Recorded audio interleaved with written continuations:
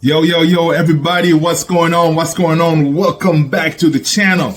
This is Man United Central, and I'm your boy Luther. I'm super excited that you're back here to get your update when it comes to our Manchester United. Do me a favor, before we get started, hit the subscribe notification bell. That way you do not miss any news that comes out of this channel. Happy Friday to you all. I'm hoping some of you will be watching it on Friday. If not, I'm hoping that you're having a wonderful Saturday, right? Now, that being said, we have, as usual, a jump-packed show. It's not going to be as long, right? It's Friday. Here is Friday evening, so we're going to, make it quick, fast, and easy. That way you are up to date, good to go, right? So, today we're going to start the usual with the takeover, if there's any updates. Very little. I can tell you that up front, very little updates. And then we're going to move on to the transfer situation. Do we have any updates for the transfers? Incomings, outgoings? What is the deal with Mount, right? Because we know, if anything, Mount could be or will be our first signing for this transfer window. All right. That being said, let's jump into any news that we have according to the takeover situation, right? So what I see here, as far as the takeover, there was a journalist that was interviewed today by, I believe the channel is called Stratford Paddock. And this guy his name is Anirban Sen, and he's from Reuters, right? So basically, he was being interviewed because out of all the news organizations out there, right, Reuters is the one that has pretty much stuck with their story, saying that Sheikh Jassim is, talking to the Glazers in plans to get the whole exclusivity situation going, right? And exclusivity means that once you are given that exclusivity, right, if it's Sheikh Jassim or Sir Jim, basically you are being put in a category that the Glazers will only be talking to you, trying to hash out a deal, right? So basically, that's both parties what they're trying to accomplish here. They're trying to have the Glazers declare them as in exclusivity. That way, they can only be talking to them. Meaning that if Sheikh Jassim gets that exclusivity, means the Sir Jim could have to be like, you know what?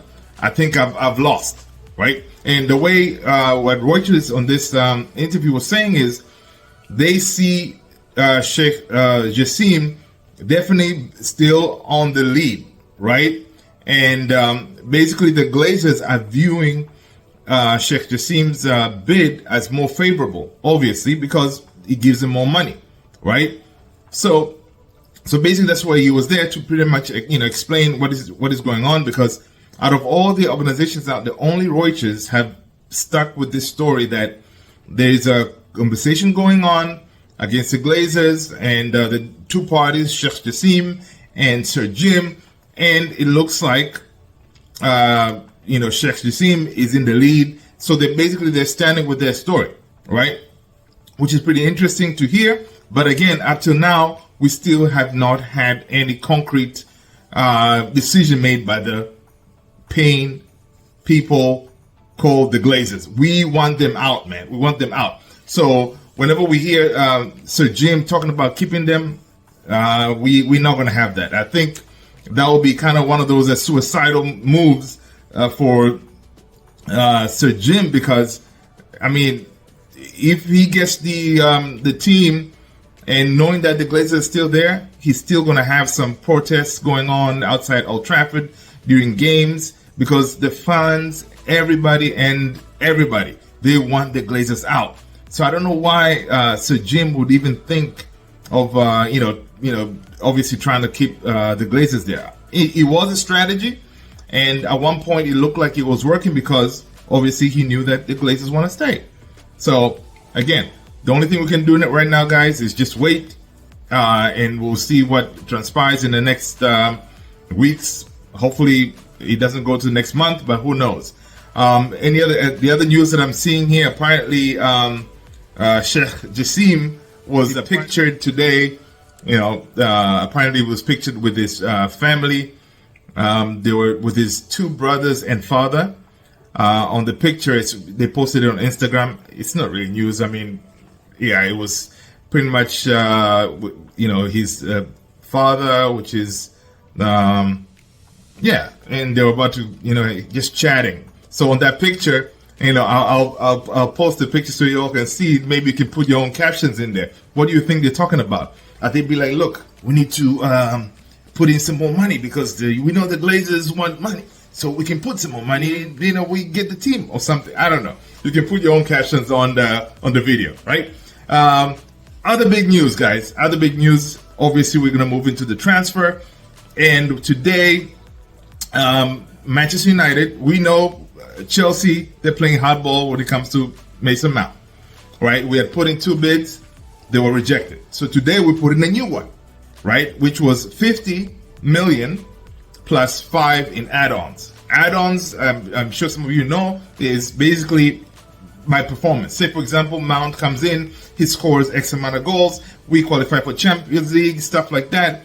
They get additional money, right? So we put in the new bid today, which is down to, and we called it the third and the final bid, right?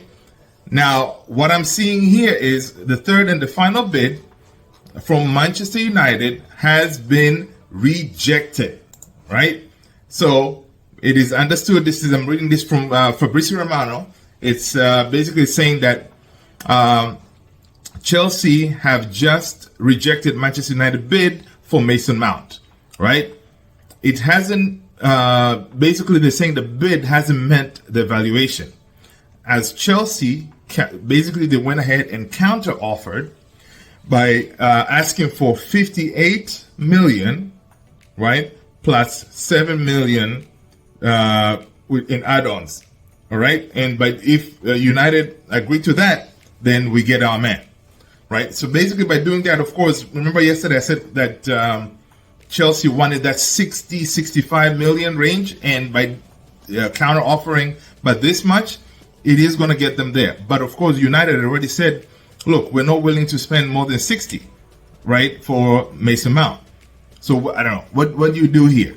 I know for a fact that based on the way we're pursuing this kid, Ten Hag really wants him, really wants this Mount, because he knows, I'm sure he sees something in Mount that he feels that he can tweak and rejuvenate him, and he'll be a superstar at Man United, because of his ability to play multiple positions, right? And he has that energy, the drive. So he just needs to bring that out, because I'm sure Ten Hag has seen how he was before last season. Because last season when he was terrible, but the season past, he was Chelsea's Player of the Year twice, right? And he is.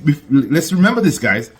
Mason Mount is a Champions League winner, right? So, and he didn't just get the Champions League medal by just being there on the sideline, on the bench. He was performing, in the games, and he is Champions League winner. So he comes in there, he fits in nicely with the likes of Varane and Casemiro, big guys who have a bunch of medals, So again, he's Champions League winner and also Premier League winner. So he comes in there with medals, unlike Maguire, who hasn't won anything, so he doesn't know how it feels to actually win big titles, right?